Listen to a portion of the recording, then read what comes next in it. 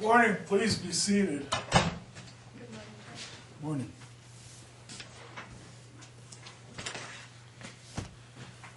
First matter I have is Matthew Merliss versus Zachary Coughlin, and I do have Casey Baker, Esquire, representing the defendant.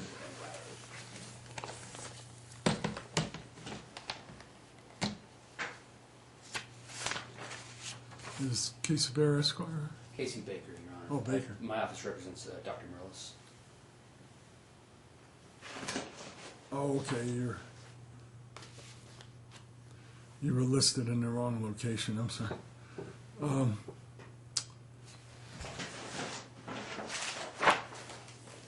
right, please be seated.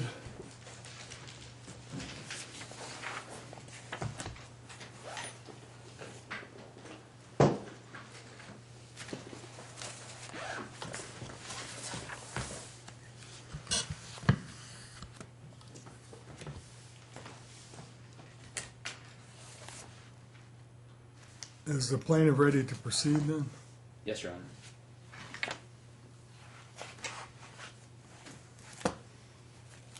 Why don't you go ahead? Thank you, sir. Your Honor, what we're here on today is a 30-day no-cause eviction.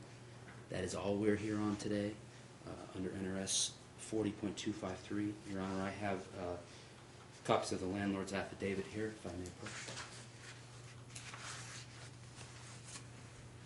Yeah, bring it up, I'm sorry. Yeah, yes, thanks, sir. But you don't have a witness? No, sir.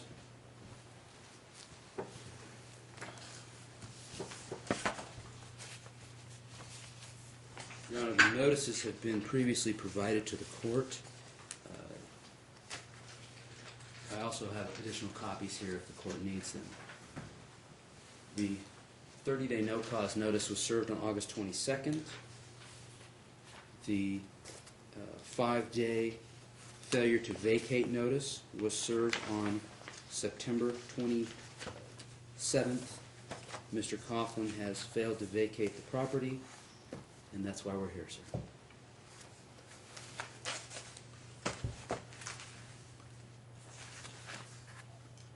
All right, sir. Yes, sir, Your Honor. I have filed a tenant's affidavit in this matter, as well as a motion for continuance, citing some exigent circumstances, such as the essential service of electricity being turned off in the midst of the 5-day period, in addition to a Well, I'll allow you to testify as to your answer, so if you raise your right hand, do you swear under penalty of perjury to tell the truth, the whole truth, and nothing but the truth? Yes, sir, Your Honor. All right, you can be seated and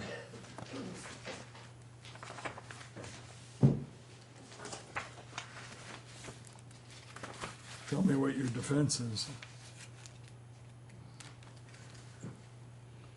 Yes, sir, Your Honor.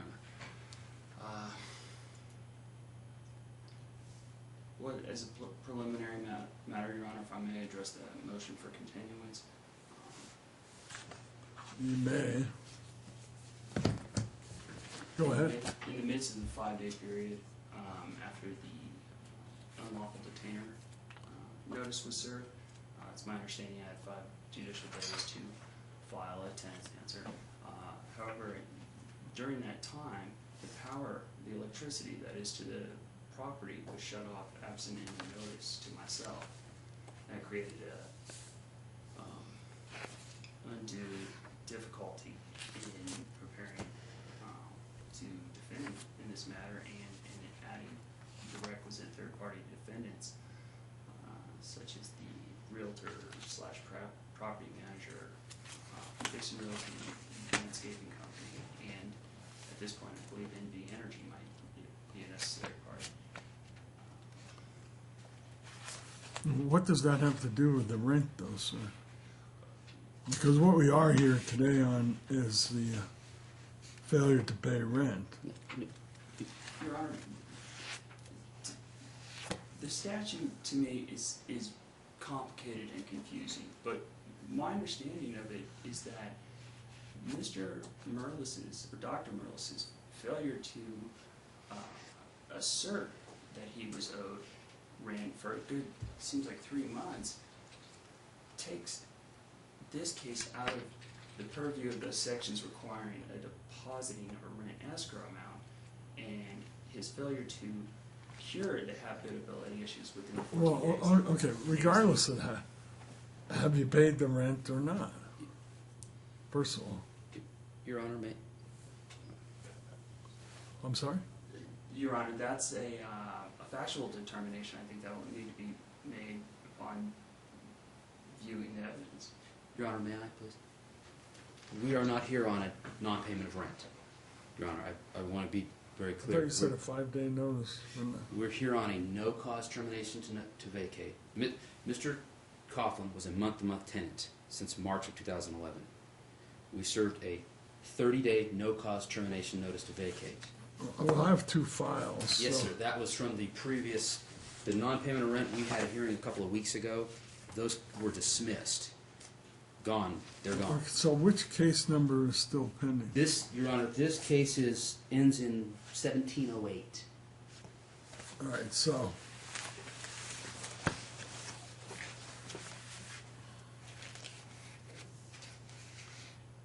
$14.92. Dismissed a couple of weeks ago. All right, that was dismissed by the landlord, so. Your Honor, Wait. Okay.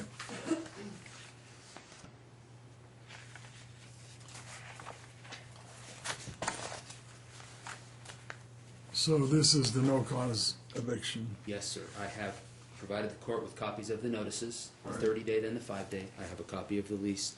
Mr. Coughlin is a month-to-month tenant, and we activated the 30-day no-cause right to terminate the lease. The lease is terminated. Mr. Coughlin failed to vacate. What he's done is essentially refiled his moving papers from the previous non-payment case, asking for sanctions and all these things that were denied in the last case. And if the court thinks it's relevant, I'm happy to address the power issue. I don't see how that's relevant, but we've got other issues. If Mr. Coughlin has claims for damages against all these third parties that he's trying to bring into this case, he's free to go make them. But that's not what we're here to consider today, Your Honor. And in fact, if he has claims for damages against my client, he's free to go file a lawsuit. But we are here only to talk about possession of the property, Your Honor. All right. Okay, sir, since I've been educated about what this case is about. Your Honor, if I could just interject, we are here on a retaliatory eviction basis also. I've made those claims, and the Justice Court rules do allow for counterclaims joining third-party defendants in the same action that stems from the same nexus of facts. But Well,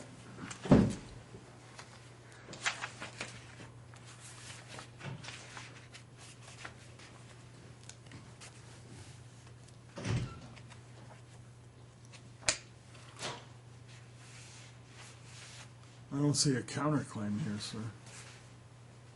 I just see an answer.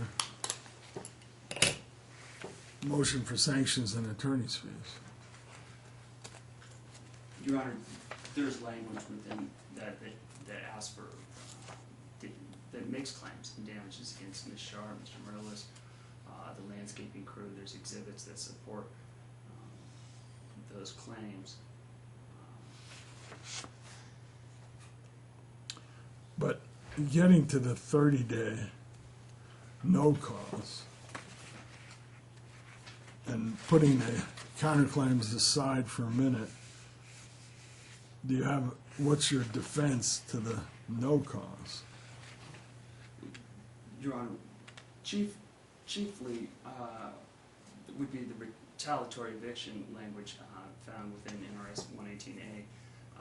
But as a matter of procedure, I believe Justice Court Rule 22, with respect to the requirements for a notice to set, call for a 10-day period prior to a hearing such as this, and they also call for a party not represented, a defendant who does not have an attorney, such as myself. Those situations require plaintiff's counsel to serve in writing a notice of the hearing, and that has not been done in this case. What seems to have been done in this case is shifting plaintiff's attorney's duties under the Justice Court rules onto the Justice Court filing office staff, which would seem to be an inappropriate use of the filing office's resource. Justice Court Rule 22 sub I clearly places that burden on Mr. Baker in this regard and requires a 10-day period.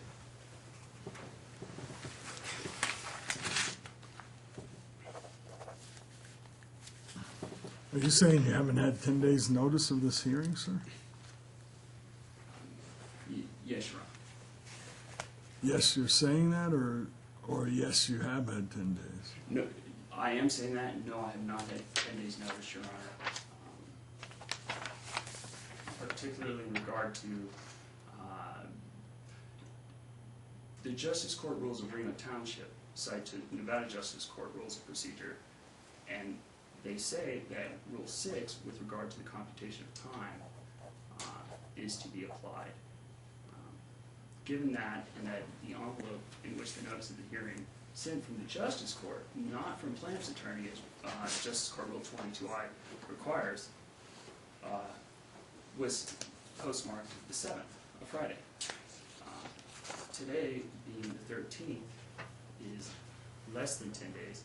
In addition, NRCP requires that non-judicial days not be included in time periods of less than 5 days. Your Honor, may I be heard real briefly on that? Yeah. The Justice Court rules of Reno Township, Rule 2 says, except as otherwise provided by statutes, these rules apply to all civil proceedings filed in Reno Township except small claims and landlord-tenant matters. The rules don't apply, Your Honor. Rule 22I does not apply to this. The policy of this court is when the tenant files his affidavit, which in this case is defective, but when the tenant files his affidavit or the landlord files his affidavit, the clerk's office sets the hearing, usually does it by phone. The rules Mr. Coughlin's citing don't apply.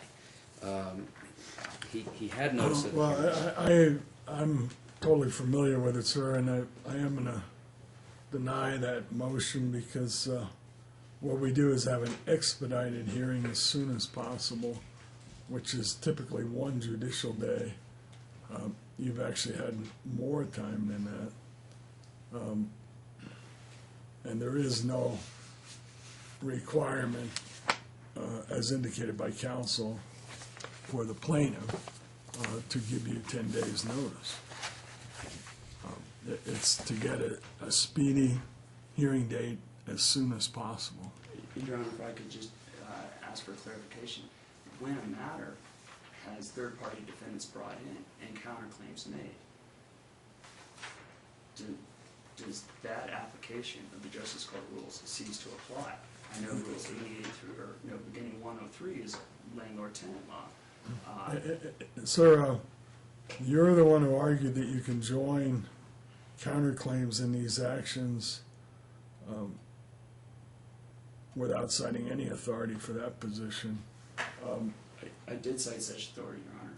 What is that? I believe it's Justice Court rule. It's in my motion for continuance. I can find it if you'd like, Your Honor. You can find it. Go ahead.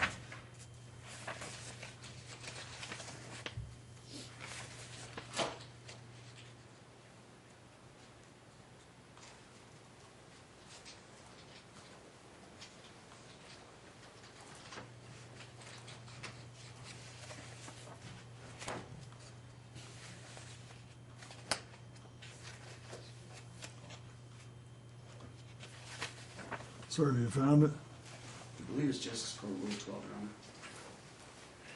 Your Honor. Your local rules or, No, Nevada Justice Court Rules of Civil Procedure. all right, I'm gonna take a brief recess and get the rules. I'll be right back. Thank you, Your Honor.